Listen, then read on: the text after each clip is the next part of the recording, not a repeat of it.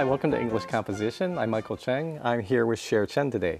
各位同学，大家好，欢迎回来英文作文课程。我是 Cher， 在我身边的是郑老师。Right, so last week we learned how to compare and contrast two things in order to make a decision. What we're going to do today is learn how to compare and contrast three or more things in order to make a decision. 好，各位同学，我们上个礼拜已经学过要怎么样去比较两件物品来帮助我们下定一个决心哦。那今天呢，我们要学习的是如何在做决定之前呢，先去比较三个或者是三个以上的事物。And we are also going to learn how to describe and analyze the complicated data that we can find in a graph or a chart. 好，那另外呢，我们也会学习如何去描述或是分析我们在图表或是表格上面所看到一些比较复杂的数据。Right, let's start by looking at the graph on page 207 of your textbook.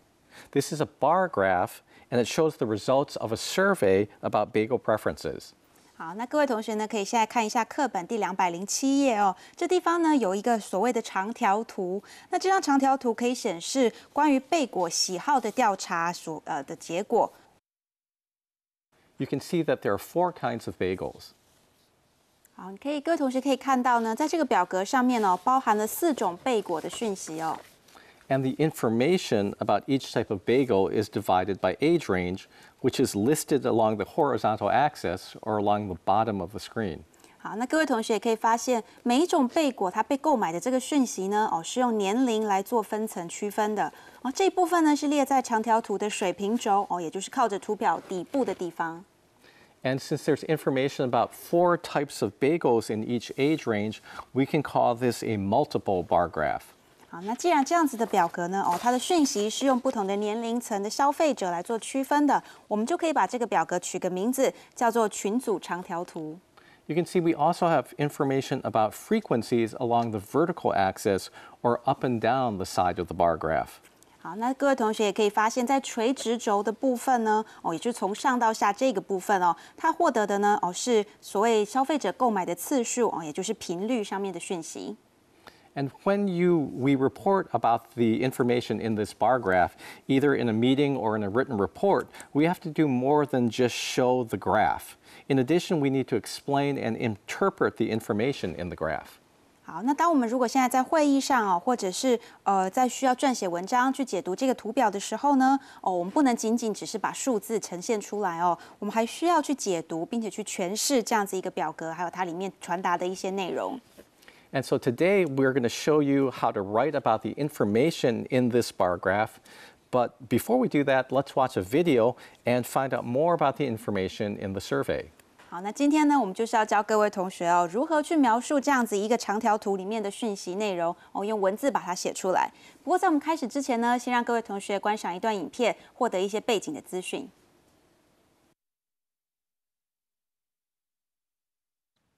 Good afternoon. I'm going to present to you the result of our market research survey on our bagel products. First, let me start by giving you an overview of our key findings before going over the data in detail. Our key findings were that the plain bagel were most popular with younger consumers. On the other hand, the fruit and multi-grain bagels were more popular with older consumers. Now, let me provide some of the background information that led to these key findings. Our survey was conducted from August 14th to August 17th. It was held in supermarkets and hypermarkets in Taipei, Taichung, and Kaohsiung. A total of 3,427 informants participated in this survey.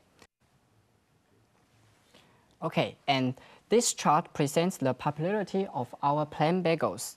The vertical axis shows the percentage of informants that like the plain bagel most. The horizontal axis shows the age group of the informants. You can see that the plain bagel was extremely popular among younger informants, but its popularity decreased as the informants got older. Okay, so now, this chart presents the popularity of our fruit bagels. The fruit bagel starts off with moderate popularity among younger consumers and steadily grows in popularity. It peaks at 38% popularity among the key 36 to 45-year-old age group. And the following chart presents the popularity of our multi-grain bagels. Similar to the fruit bagel, it starts off moderately popular among younger consumers and steadily rises in popularity. The multi-grain bagel has very strong numbers among the top 3 age groups in this survey. And this chart presents the popularity of our garlic bagels. Well, this product was not popular at all with our younger consumers and was only slightly more popular with older consumers. Now, let's take a look at our composite findings. We can see that the plain bagel was the most popular bagel among younger consumers by a wide margin, but the fruit bagel and multi-grain bagel are both more popular among the top 3 age categories. Finally, the garlic bagel is always the least popular bagel among all age groups. So, based on our findings, here are our conclusions. We should supply plain, fruit, and multi-grain bagels to all supermarkets and hypermarkets. However, we should only supply garlic bagels to hypermarkets. Thank you. Do you have any questions? 好，各位同学可以从刚刚的影片可以看到哦，这应该是呢有一位这个市场调查的人员专业人员在对这个卖场的主管做一个报告哦。那我们可以看到这个报告的人员呢他非常专业哦，他呈现的这个表格然后给这个卖场的2位主管去观赏。那同时呢，他也在这个借由这表格之中呢，告诉他们说，我们在卖场之中呢进口的4种口味不一样的 bagel 哦，那在不同的消费者的族群里面，他们各有不一样的喜好哦。比如说年轻的族群，他比较的喜欢的是某一种口味的贝果哦，那年纪较长的族群比较喜欢的是另外一种口味的贝果。那当然他也提出了一些解释说，那可能是因为什么样的原因呢？哦，或者是有什么样的一个走向跟一个趋势呢？最后他当然身为一个这个报告人员，他对于卖场的人员就提出了他的建议哦。那什么样的场合哦，什么样的一个状况下适合购买入哪一些口味的贝果哦，才能够最符合这个消费者的需求以及卖场的收益的成本。好，那这个部分呢，我们晚一点到之后的部分会给各位同学再做详细的解释。All right, so now before we look at the rest of what we write about in this lesson, we're going to take a little bit of a break now. 好，那在这个我们继续解释之前呢，先让各位同学休息一下，待会我们再继续讨论。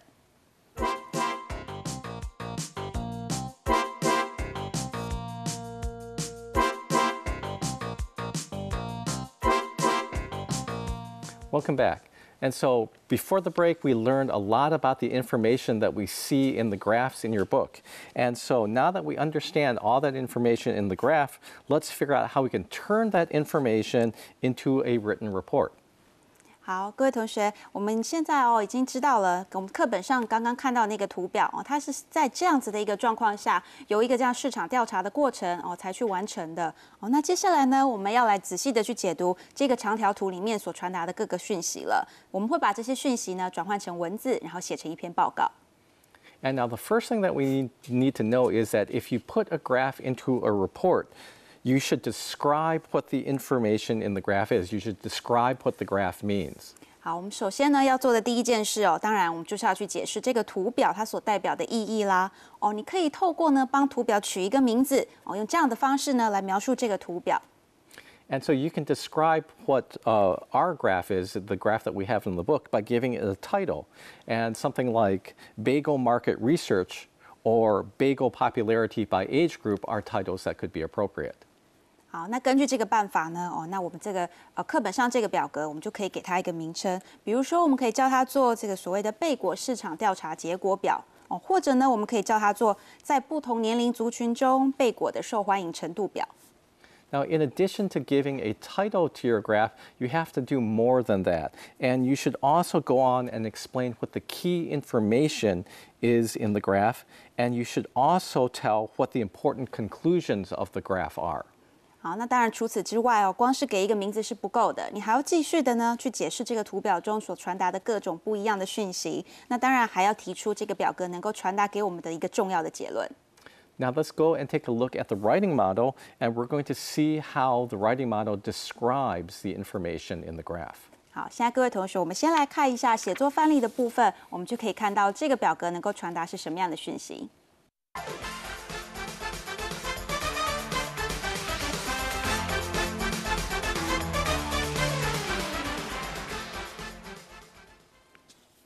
Our survey of bagel preferences shows that the plain bagel was most popular among younger consumers, while the fruit and multigrain bagels were more popular with older consumers.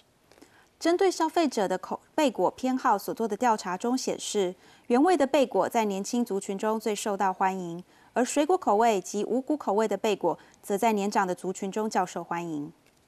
Now, the writing model starts out by summarizing all the important information in the graph. So this gives an overview of the entire graph, and if your reader is very busy, then this first line provides a quick summary of everything that your reader needs to know. 好，各位同学可以发现哦，写作范例一开始哦，就用这样子一个简短的一个句子的方式去呈现了一个概括性的介绍。那假设说你的读者哦，比如说像我们影片中看到是一个很忙碌的这个商场的主管呢，哦，他没有时间去细读每一个句子的话，你现在写出来的这一句话就像是一个快速的一个简介哦，提供给你的读者他所需要知道的讯息。Our survey was conducted from August 14, 2013 to August 17, 2013. 3,427 people participated in our survey. The survey was conducted in supermarkets and hypermarkets in Taipei, Taichung, and Kaohsiung. 这次的调查是在2013年8月14日到2013年8月17日进行，总共有3427个人参与这个研究。本次的研究在台北、台中以及高雄的超级市场还有大卖场中去进行。And so this next line provides some background information that is not in the graph. And so this background information is important because it allows your reader to evaluate your survey methodology and to judge if your survey results are valid. 好，各位同学可以发现呢，我刚刚所翻译的这个部分呢，它这些资讯其实你从表格中是看不出来的，你看不出来日期，也看不出来参与的人数。但是呢，这个背景资讯是非常重要的哦，因为它可以让你的读者借由了解你的实验方法来衡量说你的结果是否可信。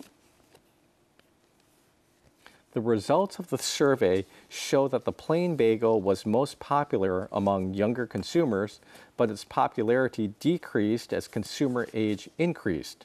However, popularity of the plain bagel never dipped below 20%. 研究结果发现，原味贝果在年轻的消费族群中较受欢迎，但随着消费者年龄层逐渐提高，受欢迎的程度也跟着降低。然而，原味贝果受欢迎的程度始终没有低于20%过。Right, so now the next section provides a written explanation of each set of bars in the graph. 好，我们可以发现这个部分哦，它详细的解释了长条图中的每一个部分。Right, so now these explanations do not just state the figures that you can see in the graph, such as the plain bagel was judged most popular by 63% of the 10 to 14 age group. 好，我们会发现呢，我们刚刚说所谓的解释呢，并不是只是单纯的去陈述你所看到的这个事实，像这样在荧幕上各位同学看到这样的一个句子，只是单纯的陈述它的数字哦，还有年龄层哦，像这样子并不是我们所谓的解释。And so we also are not saying something like the plain bagel was judged most popular by 51% of the 14 to 18 age group.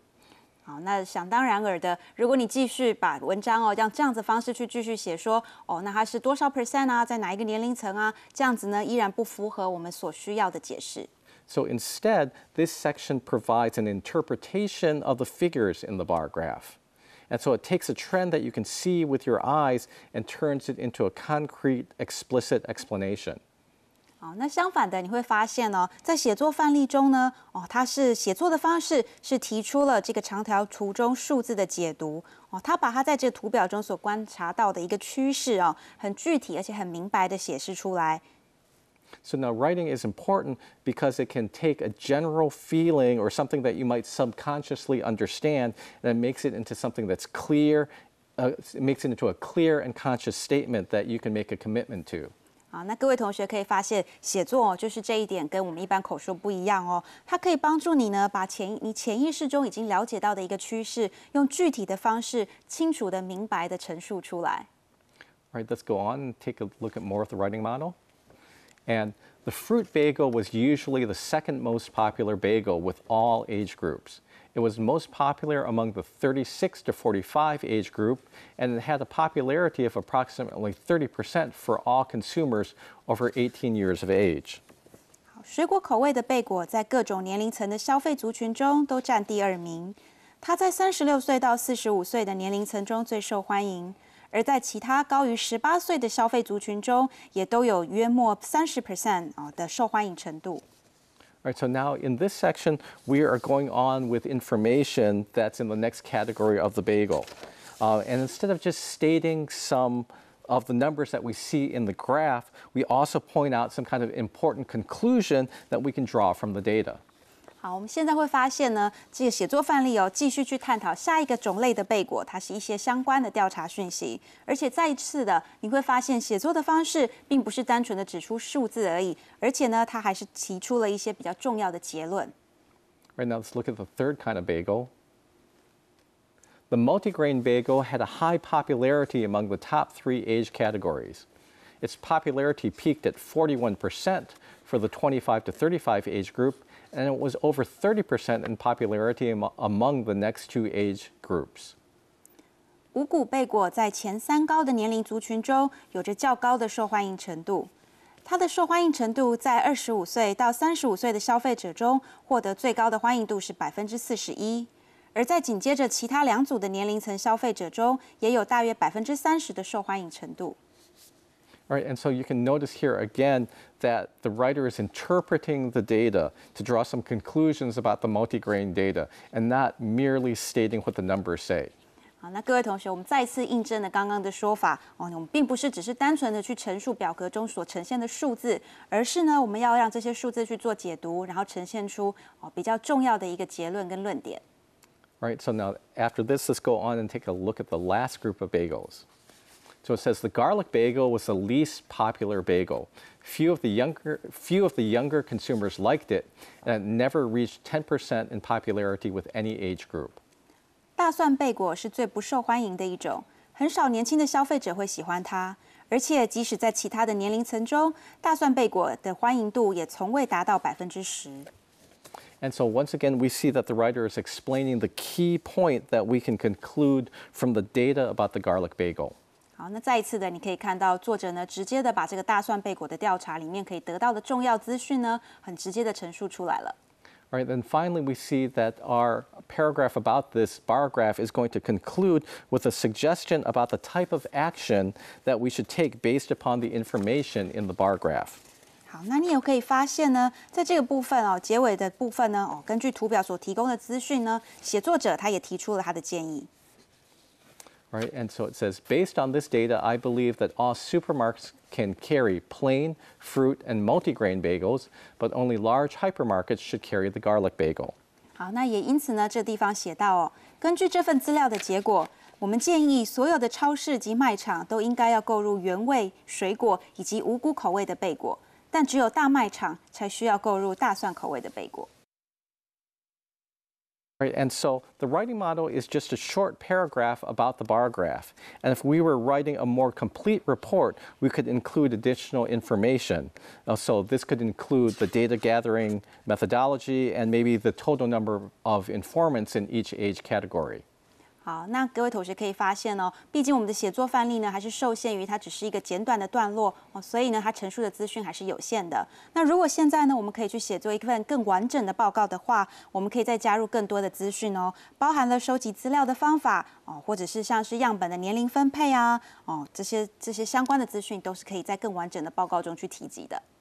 And so if we wanted to describe the data gathering methodology, we could also describe all the details of how we conducted the survey, such as which questions were asked and how people were approached to participate in the survey. 好，那还有一些其他资讯呢，像是包括我们这个进行调查的方式啊，问了哪些问题啊，怎么样去获得这些样本啊，这些也都是可以加入在报告中的。Right, and so now just take a look now at our entire writing model. So we have a card now, and this is just the writing model written out in one section.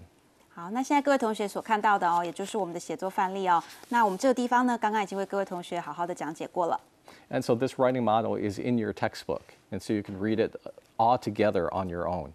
好，那这个部分呢，在课本上也可以看到哦。所以各位同学，请再回到课本上，好好的从头再看一遍，你可以更获得一个完整的一个讯息。All right, we're going to take a break now, and we'll be back with more English composition in a few moments. 好，我们先休息一下，待会回来我们再继续为各位同学做讲解。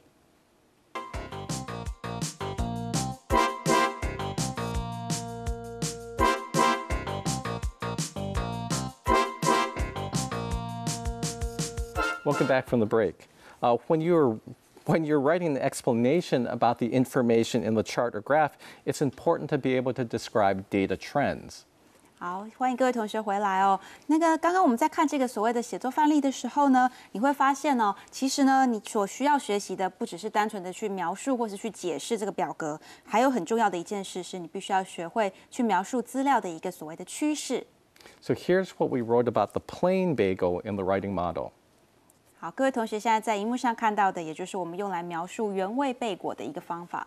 It says the plain bagel was most popular among younger consumers, but its popularity decreased as consumer age increased. However, popularity of the plain bagel never dipped below 20%. 好，那这部分我们会发现哦，作者讲到说，原味贝果呢，在年轻的消费族群中非常受欢迎哦，但是呢，年龄层较高的消费者就比较没那么喜欢了。但不管怎么样，它始终是高于20%的。So another way to write about data trends is to describe the shape of the data. 好，另外一种方式呢，就是去描述你所看到的资料的走向一个趋势。Now let's isolate the data about the plain bagel. 好，我们现在呢，如果把这个原味贝果的资料独立出来，你就可以看到我们所谓的趋势了。And so from this chart, we can see that the popularity of the plain bagel falls. 好，你可以发现呢，在这个表格中哦，所谓的原味贝果它的受欢迎率已经下降喽。And so one way that we can describe this event is to write the popularity of the plain bagel plunged sharply until it leveled off at 22%. 好，因为我们看到了这样一个下降的趋势哦，因此呢，我们可以换一个方式来描述这样子一个下降的趋势状态。你可以说，原味贝果受欢迎的程度急剧的降低，直到剩约22%时才平稳下来。And in this sentence, we use the word plunge to describe the movement of the data. 好，我们会发现这个句子中用了一个动词叫做 plunge 也就是急剧下降的意思。And so plunge creates the image of a rock or a person falling over the edge of edge of a cliff or an airplane falling out of the sky. And so obviously this is a very negative image. 好，这个 plunge 这个字呢，如果各位同学稍微去研究一下这个单字的意思，你会知道这个单字可以呈现一种意象，像是石头或是一个人从悬崖边，甚或是从飞机上高空中急剧坠落的样子。那当然，这样子的一个意象呢，也就是非常负面的了。And so we can also see that the negativity of this sentence is made even more powerful because we also had the word sharply. 好，那这个句子的负面的意义呢？当然，你可以看到后面有一个副词是写 sharply 的时候，你会觉得这负面的意义就更加的明显了。Right, so now if you take a look at page 212 of your textbook, we have a number of words that you can use to describe the shape of your data. 好，那同学在课本的212页可以看到有很多其他的单字可以用来描述我们所谓的资料的走向或是趋势。And so you can see that many of these words are related to flying or mountains. And so, for example, soar, shoot up, and skyrocket all create images of flying. 好，你会发现呢，在这些单字里面呢，有很多字都跟飞行或者是跟爬山是有相关的。举例来讲呢，各位同学可以看到 soar 这个字，它指的是向上飞在意思上呢，就是暴涨的意思。那 shoot up 意思是指迅速的升起的意思。Skyrocket 指的是像烟火一样的往上冲那意思上就有猛然上涨的意思。这几个单字都跟飞行有关。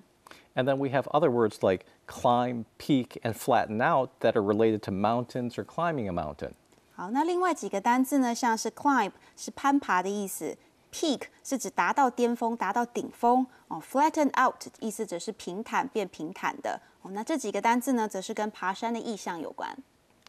And so now the strength of these verbs can be increased or decreased with modifiers. And so, for example, look how we can change the strength of this sentence. The popularity of the restaurant increased. 好，各位同学会发现哦，用这些动词的时候呢，你可以适时的去增加或是减少你的修饰语哦，那改变句子的强度哦。比如说，现在各位同学看到的这个句子，这间餐厅的受欢迎程度增加了。So now imagine that you're an investor in the restaurant, and by adding modifiers, we can change how you view the event. 好，那我们来假想一下哦，各位同学，如果刚好是这间餐厅的投资者哦，那如果呢，我们把这个文字加上了所谓的修饰语，可能就会让你对我们所陈述的事实哦，改变你的想法哦。Right, so if we write, the popularity of the restaurant increased dramatically, this makes the reader feel excited and optimistic about how successful the restaurant's going to be. 好，那如果这个句子中我们加上了 increase dramatically 哦这样子的修饰语哦，大大的增加了哦，这样的句子呢就会让读者觉得比较兴奋哦，那对于这个餐厅的成功呢感到很乐观。Or else we can have a different sentence, the popularity of the restaurant increased steadily. And so this sentence may not make you feel so excited, but you still feel very comfortable and confident. 好，那如果我们稍微修改一下它的修饰语，我们把它改成稳定的成长哦 ，steadily 哦，那这样的这个句子呢，可能不会让你觉得太兴奋了，但是你会感觉到呢很舒服，那觉得对这件事很有信心。And if we take a look at another sentence, the popularity of the restaurant increased a bit. And then maybe when you see a sentence like this, you'll feel a bit disappointed about how successful the restaurant could be. 好，那一样，我们如果换掉了这个修饰语，改成 a bit 哦，也就是只有增加一点点哦。那如果你是一个这个投资者的话呢，你看到这样的句子，当然你也就会感觉到可能有一点失望哦，对这成功就没有那么有信心了。Right, so now let's take a look and see how we can describe the data trends for the multigrain bagel and for the garlic bagel. 好，我们接下来呢继续看看我们要怎么样去描述其他不同口味它的这个资料的走势。Right, so we can see we can see over here the multigrain bagel chart, and this is what we wrote about the multigrain bagel. 好，各位同学可以看到画面上呢出现的是我们在写作范例里面在描述这个五谷口味的贝果的时候写的方式。And these sentences emphasize the level of popularity that's maintained among the top 3 age categories. 好，但这个句子呢，它本身是用来强调在前3高的年龄族群中，这个五谷口味贝果所受欢迎的程度。And so then here's another way that we can describe this data. We can say the popularity of the multigrain bagel rose steadily until it peaked at 41% among 25 to 35-year-olds. 好，我们另外一种方式来描述这样同样一个资讯呢，我们可以写到五谷口味贝果受欢迎的程度稳定成长，至25岁到35岁的族群时，已经攀升到41%。And so both these sentences are valid ways of describing what the trend is for the multigrain bagel. 好，那这2种方式呢，其实都是可以用来强调五谷口味的贝果在这个受欢迎的程度上是有怎么样的成长。All right, let's take a look at the garlic bagel data. 好，我们现在来看一下大蒜口味的部分。And then what we can do with the garlic bagel is we can describe the data trend like this. The popularity of the garlic bagel reached a maximum at about 8% and it remained flat. 好，那这个部分呢，我们可以换一个方式来陈述它所受欢迎的程度哦。我们可以这样写：蒜味贝果受欢迎的程度最大值为8%，然后呢便维持了平缓。All right, so now you've learned some different ways to describe data trends, and so remember to do more than just state what the numbers are in the chart. Make sure you describe what the numbers mean. 好，那各位同学现在知道了，我们在看到这样的表格的时候呢，一个重点就是你不能只描述数字，你还要去继续的呢，进一步的去解读、去陈述这些数字所代表的意义。Thanks for joining us this week for English Composition. We'll be back again next week. 好，谢谢各位同学今天的参与，我们下礼拜再见。